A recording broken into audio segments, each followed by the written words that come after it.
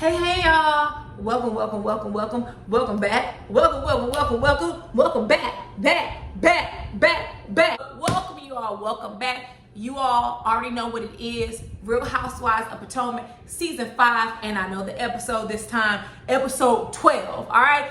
RHOP, Real Housewives of Potomac, whatever you want to call it. That's what y'all here for. So I took a couple of notes, and I also was tweeting. I didn't tweet a lot because a lot of my friends were watching Lovecraft and I did not want to see the spoilers, so there are gaps in my tweets. So I had to go back and rewatch the episode this morning because it's a lot of stuff that go on and I don't remember in it. So anyways, we're gonna get right into it. If you are new around these parts, right? I don't do a full analysis or a full recap or review.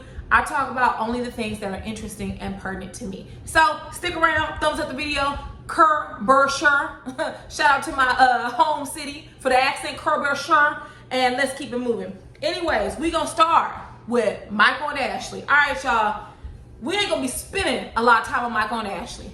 Here's the bottom line.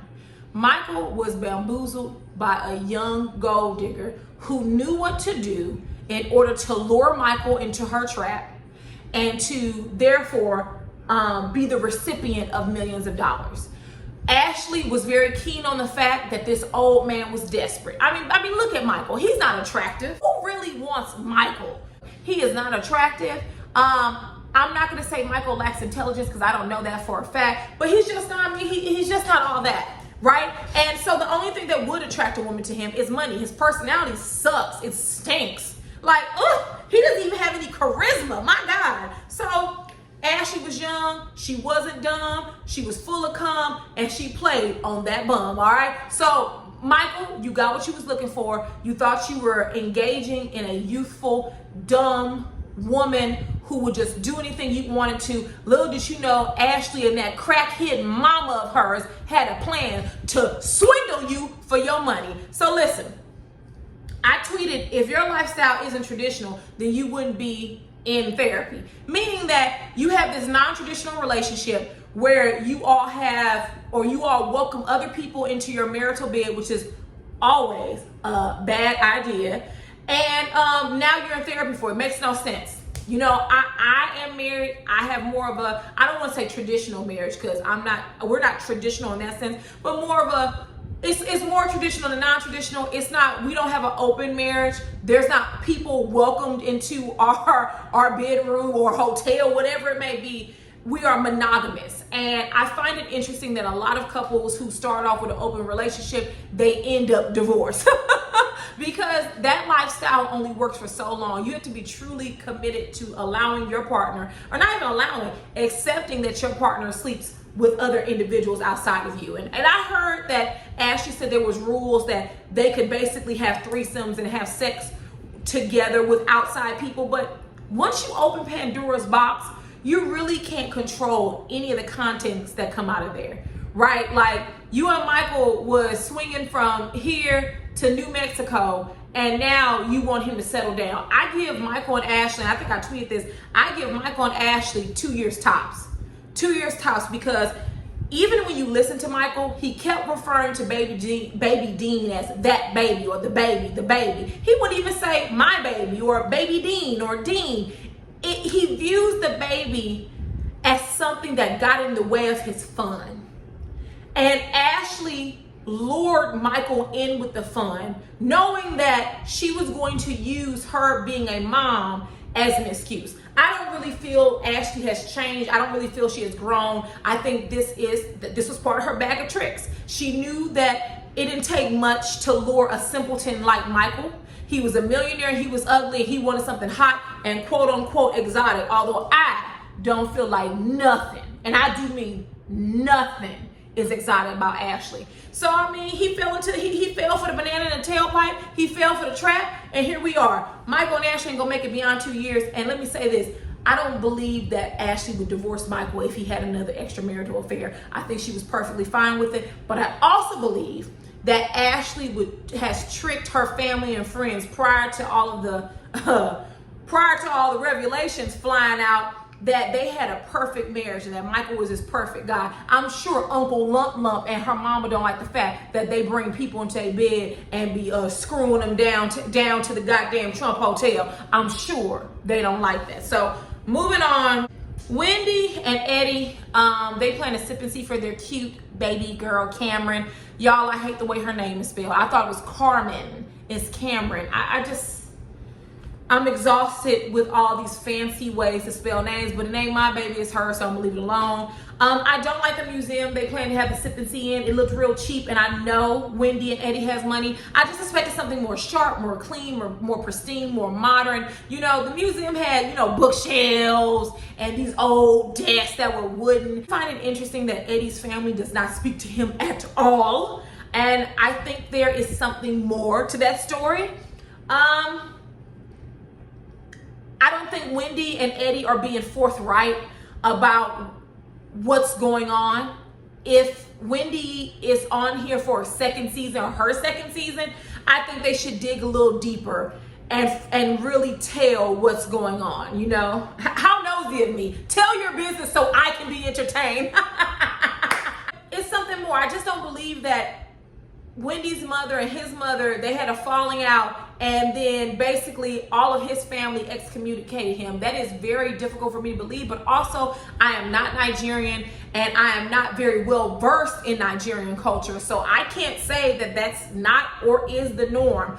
I just find it very odd that your parents and all of your siblings would treat you as if you're dead. Even with children involved, because usually parents will come around for the grandchildren.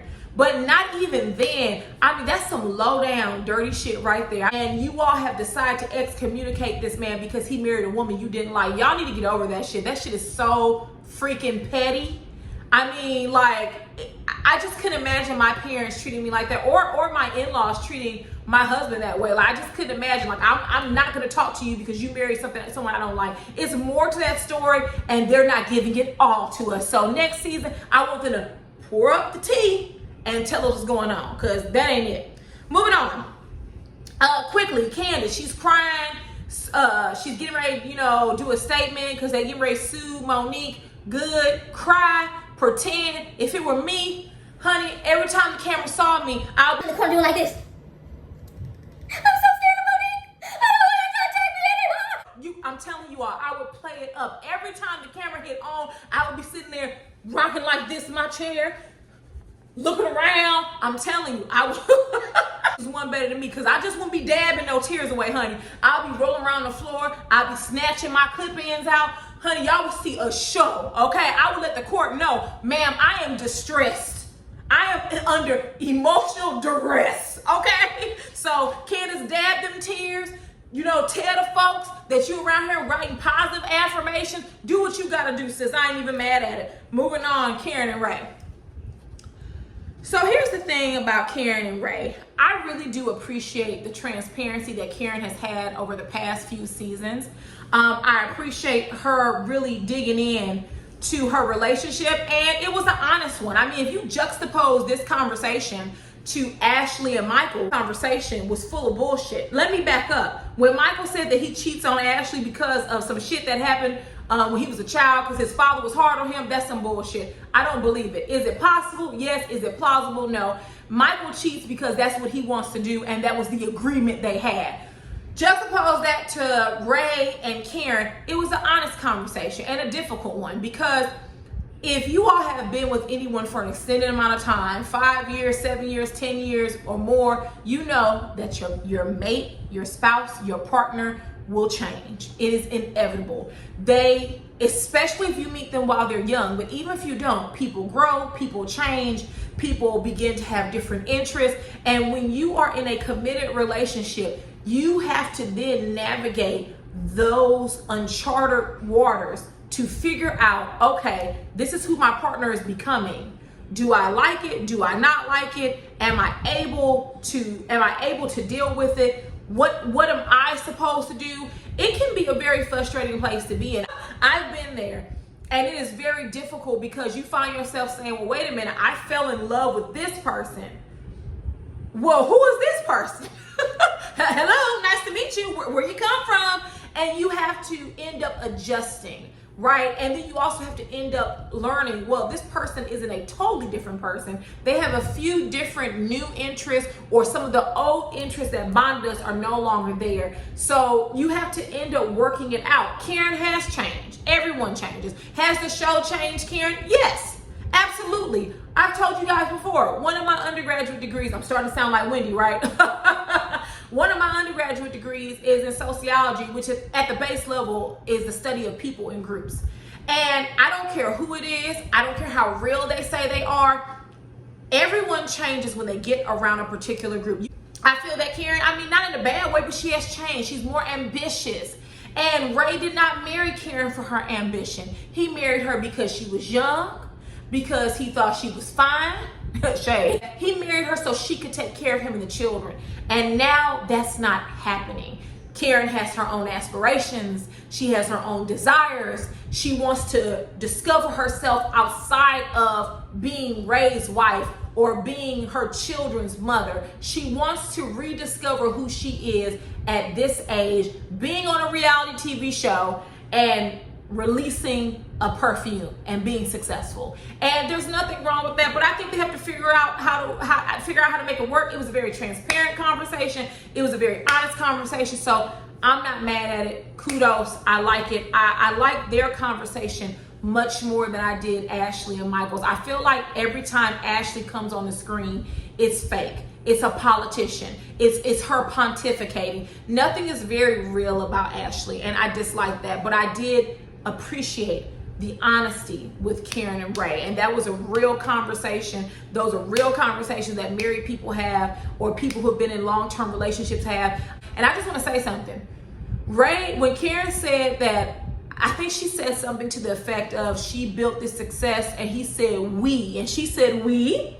Yes, we, Karen. Without his money, you wouldn't be on the Real Housewives of Potomac. If you were still living in the farm in Virginia, you wouldn't be there. So yes, when you become married or when you're in a committed relationship, the both of you work towards each other's goals. You'll have common goals, right? Like you want to buy a home, or you want to remodel, or you want to do this, you want to do that. And then you each have individual goals. And both partners have to recognize that I need to help my partner reach their individual goal. It's not my goal, but it's there, and I want to be there to encourage and support, right? So yes, Karen, we. Go ahead, go off Ray. To the sip and see. Everything was beautiful. I did not like the decor though. I didn't like those cheap wood tables. I loved the dresses and the hit dress. I loved all of that. You know, Wendy and her family always look good, always. I did notice that Wendy's mother had in blue contacts. Moving on. Robyn had on the same outfit that Lisa Rinna and Erica from Real Housewives of Beverly Hills had on. If you remember in that same episode from Beverly Hills, Garcelle had on a pink blazer. It just wasn't that one. Y'all, I'm gonna go ahead and say it. Garcelle, Erica, and Lisa Rinna wore it better. There's a difference between wearing it and letting it wear you. The outfit was wearing Robyn. She wasn't wearing it. I'll give you guys an example. And a lot of y'all gonna be mad at me. Rihanna wears fashion. I mean, every time she steps out, she could put a apple pie in her head and sashay around and it'll be fashionable. Beyonce. Beyonce, not so much. There are times where Beyonce is wearing the fashion, but a lot of times the fashion is wearing her. You just have it or you don't. Rihanna has it. She could put on a potato sack and it would look good, right? Everybody's not like that. Real Housewives of Potomac is the worst dress franchise, period. At the sip and see, Candiace comes in with her husband Chris and they sit down around the table. Of course, by now everybody has received word that Candiace has filed charges against Monique. And here's where I'm going to light into Gizelle, Robyn, and Ashley. So if those are your three faves, don't come up under my comments getting pissed at me because I'm an ecumenical abuser, all right? I will spare you and let you have it simultaneously, all right? So here's what I mean by Gizelle and Robyn being the mean girls. Now, they, especially Gizelle, has told Monique to her face that she doesn't want to be anywhere near Monique. Now, you're going to tell Candice, well, we don't want her to go to jail. It is that mean girl gaslighting behavior. I told you all in my last review or the review before that, Gizelle and Robyn are the mean girls who hype people up to get into confrontations, and then they sit back and laugh and enjoy what they consider to be entertainment. Do us a favor, Real Housewives of Potomac cast. Don't listen to Gizelle and don't listen to Robyn. They don't know what the fuck they talking about. Giselle sat there and talked to Monique like she was a wild, rabid animal. And she should have. But then when you file a lawsuit, well, we don't want her to go to jail. Really? You don't want it? Were you the one who got your ass with Giselle? The answer is no. So yes, I want her to go to jail. Period. You know what is it that y'all want? Y'all say the girl should be held accountable. You say you don't want to be nowhere near her, but you had a problem that Candice filed charges. Oh, I can't stand Gizelle and Robyn. And Robyn, the follower. We don't want her to go to jail. Yes, we do. And see, Candice, you a better chick than me, because I would say, well, it's not about we, it's about me. Me want her to go to jail. So sit down over there in your pink and the green-eyed bandits and shut the fuck up, because no one asked you for your unsolicited opinion, sis. Oh, every time I just feel my blood pressure creeping up because of Robyn and Gizelle. Those two Bopsy twins get on my damn nerves. They gaslight people, especially people they consider weaker than them, especially that damn Gizelle. Especially Gizelle. Now you don't want Monique to end up in jail. Then what do you want? What do you want, Gizelle? You don't want her to be in jail. What do you want? Do you want her off the show? What is it that you want? So sick of you, Gizelle. You get on my damn nerves. Ashley, at the opposite end of the table, here she comes butting in with her unsolicited 2 cents. For her to say that the fight started because there was yelling back and forth. I don't know what law school Ashley attended, but it had to be the Bravo Liberty School of Law, because y'all be talking crazy as if you could just walk into a court of law and say, well, they were yelling at each other. I can yell all I want to at someone. We could tongue wrestle back and forth, but the moment, the second, I do mean the second you put your hands on me, that's a boundary that you have crossed. And I don't know how many times we have to discuss this. I don't know how many times Ashley keeps butting in. You weren't there, Ashley. Shut the hell up. You were not there. You did not see it. You were in the bathroom taking a shit, sis. So for you to say, well, from what I understand, you don't understand shit. How are you going to understand when you were not there to see it for your own 2 eyes? And know from what your friend told you. Say that. Say, from what Monique told me, this is what I understand. For you to say, from when I understand, you don't understand shit. Monique has told you her version of events. Ashley, you didn't see that fight until when? When we saw it. You saw that fight down to the damn TV when it aired a few weeks ago. You came out of the bathroom defending Monique. You literally stood there and said, well, that's what Candice gets. She's always running her mouth, as if you don't run your mouth. Oh, Ashley, Lord, let me tell you something. The Lord works in mysterious ways, because if I was on that show, if I was Candice and you would have said that shit to me about from what you understand, I would have got up and wrung your neck. And unlike Candice, I do got them hands. I think she's sitting there in front of not Ashley's mother. She's sitting there in front of Candice's mother being disrespectful, blaming it on Candice. And then went on a stretch and compared Candice pulling a knife on her last season to Monique assaulting Candice. Let me tell you why the two don't compare. One, Candice asked Ashley to leave her house. If I ask you to leave my house, that's exactly what the hell I mean. I no longer want you there. Even if initially I extended an invite because Candice requested for Ashley to leave her home multiple times. multiple times. Even if initially I invite you to my home, you arrive and you start talking, acting crazy, and I say, all right, you gotta go. I want you out of my house, go. At that point, you no longer have permission to be on my property. Last season, remember she left and came back and was still talking shit? See, you forgot that, didn't you, Ashley? You forgot that you was shit started, didn't you, Ashley? I'm not joking with you. You are on my property and I've told you to leave and you keep coming back? No, ma'am. No, ma'am. Had that been the real world, Ashley, you would have found yourself someplace 6 feet under dealing with the right people. Period. What you did was wrong. You refused to leave that woman's property. You cannot compare the two situations. Candice and Monique were in the middle of a barn or a wine tasting, if you will. They were going back and forth. It was all what you call fun shade.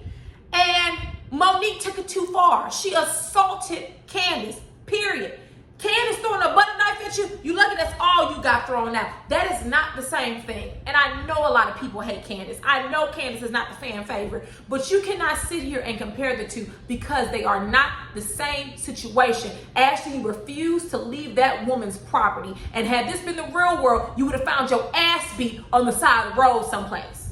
You knew who you was dealing with. You knew you was dealing with Candice. You wouldn't have pulled that with Robyn, though. You wouldn't have told Robyn you weren't getting out. Huh? Okay, so Ashley, shut the fuck up. You don't know what you're talking about. Per usual, I hate Ashley. She's the most annoying little pissant I've ever come across on reality TV. During the argument, Candice made a statement and said basically Monique must be paying you off. And Ashley's retort was, what do I need to be paid off for? My husband's a millionaire. See, here's the thing. This is where I got the problem. Not I had the problem. This is where I got the problem. We in our society, we utilize wealth as a symbol of someone who is intelligent and better than. Money does not make you better than anyone. Period. I don't care how much money you have. It doesn't make you better than anyone. And Ashley constantly uses that tool. But here's the thing. Candice's mama is wealthy. So what? What's your point? What is your point that your husband is a millionaire? Yeah, he's a millionaire that you had to trap for you to get some money, ho. Let's just call it what it is. He's a millionaire that you had to trap because before that, you was in every pageant, but you were broke and weren't making no money. Matter of fact, how Michael found you was that you were a bar back in one of his restaurants. Girl, miss me with that. All of this elitism, and you were a scroungy mutt pouring goddamn vodkas and tonics. Get the hell out of my face. Ma'am, can I get a tequila sunrise? That's what you was doing, sis. All of this elitism, and you was pouring drinks and wiping bars down and cleaning off throw up from the floor. Girl, bye. Girl, bye. My husband's a millionaire. And what did Candice say? Oh, well, you won't be with him not for long. And I saw someone tweet, they said, see, Candice went too far. How? All Candice said is that Monique must be paying you off, and Ashley brought her husband into it. So now that you brought your husband into it, now I can talk about your marriage, because when nobody talk about your marriage. I was talking about Monique paying you off, and you want to bring up how your husband's right. Your husband's a millionaire. You're not, tramp. Moving along. I'm so sick of Ashley, Gizelle, Robyn, Monique. All four of them could go straight to hell, okay, with gasoline draws on. I am sick of that quartet. I am so sick of them. They are so annoying. She gets on my nerves. Moving on. Somewhere along the way, Candice decides to drag Karen in this, and all of them seem to gang up on Karen and make this Karen's fault. Listen, y'all, Karen has the right not to take sides. She has told Monique that she was wrong. She's told Candice that if it were her and if she felt as strongly as Candice did, she would file police charges. Karen has said what she said. How is she being a fake friend? This is not Karen's fault. And some reason, Candice, and here's where your immaturity pops out, Candice, you keep forcing her to take a side. This is why people don't like you, Candice, because you're immature, you're petty. As an adult, you know that there are people who stuck in the middle. I've been there. A lot of us have been there. It is not a fun place you be. You think I want to be in the middle of two of my friends fighting and arguing? No, I don't. And you cannot force Karen to take a side. Karen is being mature about it, right? She done told Monique to her face several times that she was wrong. She even told Monique Candice didn't deserve that. What more do you want? Do you want her not to talk to Monique? My God, like what is it that you want? Shit, you immature Candice. You have to grow up, boo. You have to grow up, because that's not the way adult relationships go. Monique Samuels tweeted that when my attorney said no, we're not paying for anything because this was not an attack or an assault, but a mutually consented altercation, a warning to back up was given, followed by her egging on, saying, what you gonna do? You gonna drag me? You know, listen, Monique, I don't give a damn what your attorney says. I don't know why the judge dismissed the lawsuit, the criminal suit. I have no clue. But I will say this. That was not a mutually consented altercation, right? It just wasn't. You all were yelling and you decided to assault that woman. And here's the thing, and I hate to give props to Gizelle. Gizelle read you for your rights 2 episodes ago when she named all of the main times where you had been violent or had threatened violence. And honestly, if you go back through Monique's seasons, she has threatened violence more than that. She's always talked about whooping people's asses. Like this is not, you know, you ain't no spring chicken when it comes. This ain't your first time around a rodeo. And I just find it hard to believe that you really do believe this was a mutually consented fight. And what's funny is that Monique contradicted herself with this tweet versus what she said on Watch What Happens Live a couple weeks ago when she said she had to subdue a threat. So either you had to subdue a threat or it was a mutually consented fight. Which one is it? See, that's what happens. All you gotta do is let folks talk. The more folks talk and the more you ask questions, the more the story won't make sense. That's it for this episode, you all. I hope you enjoyed. Comment, tell me what you thought of the episode. Tell me what you thought of the sip and see. Tell me what you thought about Ashley butting her old ugly turned up nose in Candice's business. Let me tell you something, Ashley. You need your ass whooped, sis. Monique gave out that ass whooping to the wrong person. It should have been you, because you're far too mouthy and you're far too condescending for that mouth to just keep going. So someone needs to do something about that mouth of yours, because you got a slick mouth and I don't like it. But other than that, I'm not gonna let Ashley and Gizelle and Robyn and Monique raise my blood pressure any higher than I let it be raised today. So, all right, y'all, I'm about to pop on up out of here. Y'all have a good night, a good day whenever you are watching this, and I will see you all shortly. I did promise you guys a video about Tamar, and I started relaxing this weekend, and I just relaxed. So I may do it, actually, I'll do a video about Tamar later on this week because I have PTO coming up. So I will take some time out of my PTO and do a video about Tamar. Oh God, I'm gonna need some wine for that video. But anyways, I'm out of here. See y'all later. Bye y'all.